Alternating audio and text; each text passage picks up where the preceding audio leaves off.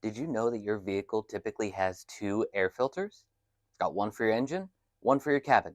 So let's talk about it.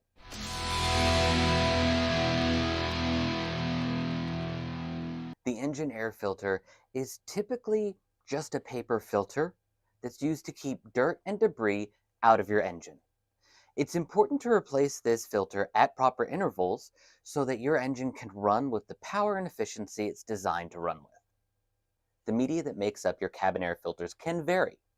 You can get regular paper filters, or you can get carbon filters. These filters are often HEPA rated, which means that they do filter out allergens. In addition, because these filter out the air before they come into your cabin, it's important to keep them from getting clogged. A clogged filter can cause excess strain on the fan that blows the air into your cabin, and it can actually cause damage to your AC system. Make sure that you're replacing these filters at proper intervals. We recommend at least once a year. Every 6 months is generally how I do it. Finally, I will mention a final type of filter, the lifetime filters.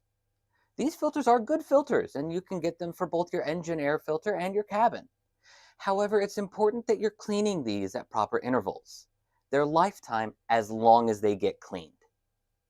Obviously, air filters are very important. You want to breathe clean air, and so does your car. The lifetime of these filters can vary depending on the air that you're driving through. If you find yourself driving through a lot of construction areas or on dirt roads, you'll likely have to replace the filters more often. Remember, if you have any questions, you can feel free to reach out to us. Our phone number is 210-684-2277, or you can find us on finsanto.com. And always remember, here at Finsanto, we're a wrench above the rest.